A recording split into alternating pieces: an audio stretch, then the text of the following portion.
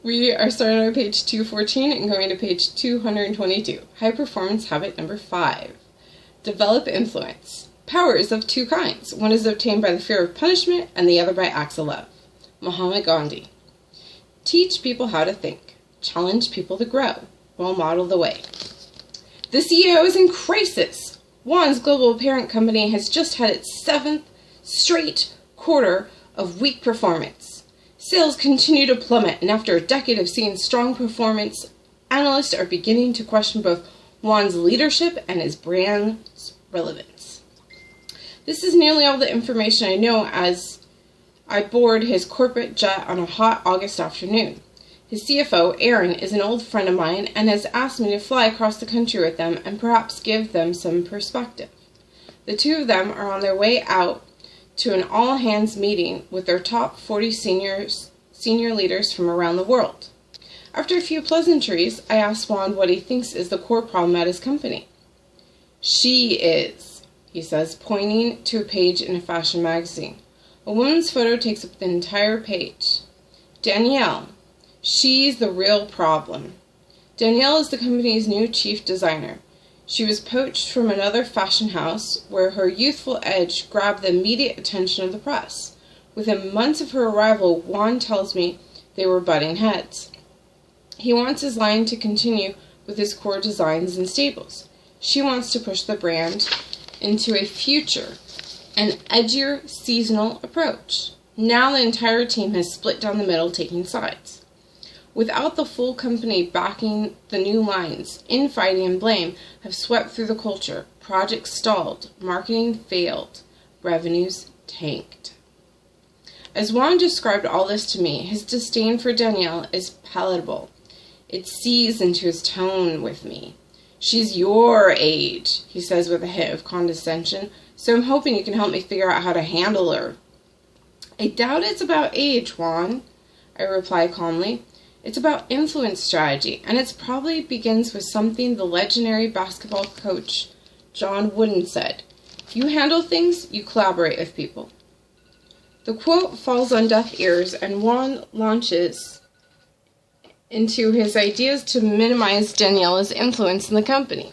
He wants to slash her budget and shuffle the team members so he can keep better tabs on her.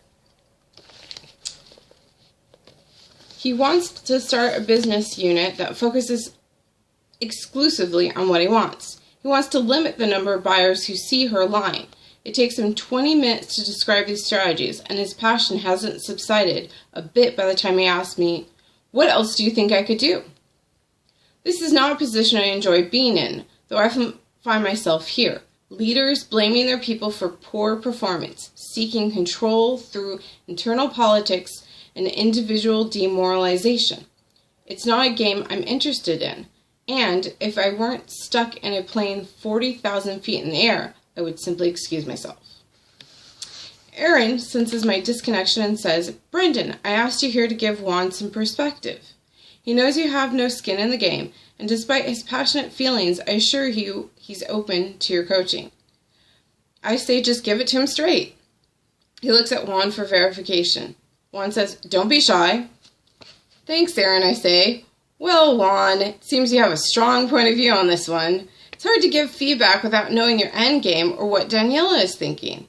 Am I correct in summarizing that you want Daniela to fight you until you're both bleeding and she quits in a massive media storm that will tarnish your brand forever?" Aaron, surprised, sits back in his chair and laughs uncomfortably. Juan remains stoic and replies, "Not exactly what I'm after, no." I laugh along. "So you're trying to get her to quit?" "No," he says, shaking his head. "I'd probably lose half the team with her." "Okay, then what do you want?" "I want her to play nicer." "You mean agree with you and execute your plan?" Juan thinks for a moment, looks to Aaron and shrugs. "Is that such a bad thing?" Feels a little smug. I look to make sure he's serious, and he is. This guy is cast in the old command and control model. I reply, "For Daniela, yes, I'm sure it's a bad thing. I don't know her, but no one wants to work with a boss who can't see beyond himself. If your only goal for her is to play along with you, then there's nothing in it for her. Don't you want something good for her? I mean, why did you hire her in the first place? She must have had some qualities or vision you admired. What did you promise her that persuaded her to take the job? Juan struggles with the questions as if searching for a long-forgotten memory. In the heat of battle, we forget the promises we broke that drew the other side's guns. He recounts that he hired Danielle because she was a fine artist and good with people, a rare combination, he says, and I promised her a platform for growth with our brand. Of course, I wanted her to do well and wanted to give her opportunities, but she took advantage of those things and started making the company about her vision instead of mine. Aaron jumps in, so now, you see, we're stuck. No one's ever stuck, I say. They've just lost perspective. Juan asks, so what's the perspective we're missing? We all know what Daniela wants. And what's that? To take over the company! Are you sure about that? She hasn't said it, but sure, I think that's what's happening. Well, I can't question you on the assumption because I don't have a full view into this. And I can't ask her because she's not here. So let's assume it's true.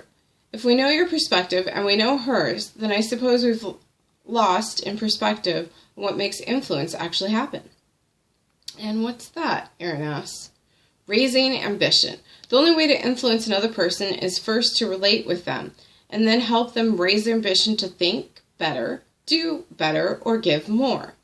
The first part happens when you ask rather than accuse. The second happens when you work to shape their thoughts and challenge them to rise.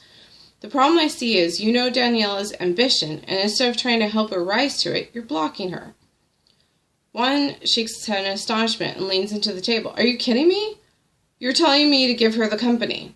No, not at all. I'm saying you can't influence a person in any useful way by diminishing them or putting out the fire in their belly. People only like to work with leaders who make them think bigger and grow more. If you want to influence Danielle, you'll have to reconnect with her and surprise her by helping her think even bigger. Then you'll surprise her even more by challenging her to rise and meet a higher ambition with you. That ambition might not be to have her take the company over, but I doubt that's what she wants as much as you fear. Regardless, the two of you need a new ambition to work towards. No new ambition together, same old problem. Juan shakes his head. So what then? We need a new company vision? No, you need a vision for how to influence Danielle. If you influence her well, she'll be on your team and you'll achieve great things. If you fail, then as you said, she'll take your team. So how do I do that? I can tell that Juan is frustrated, so I challenge him further. I just told you, help her think bigger. Issue a challenge to do something great together. He crosses his arms. I don't get it. I cross mine. No, you probably do get it, you just don't like it. I'm suggesting something simple here. I'm doing the same thing to you that you should do to her. I'm asking you to think differently and challenge you to engage her differently. Think about her as a collaborator. Help her think about her role, her team, the company. That gets you influence. Challenge her to be even better than she is, doing what she loves. That gets you influence. Raise her bar, don't block her. That gets you influence. And it sounds like that's something you don't want with her now.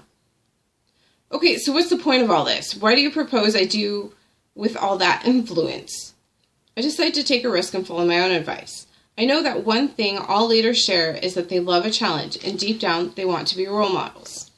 So I lay it on the line. Juan, you'd be a better leader to her and the team than you were the first time around. He sits back in his chair and uncrosses his arms. For the first time since we met, he smiles and agrees.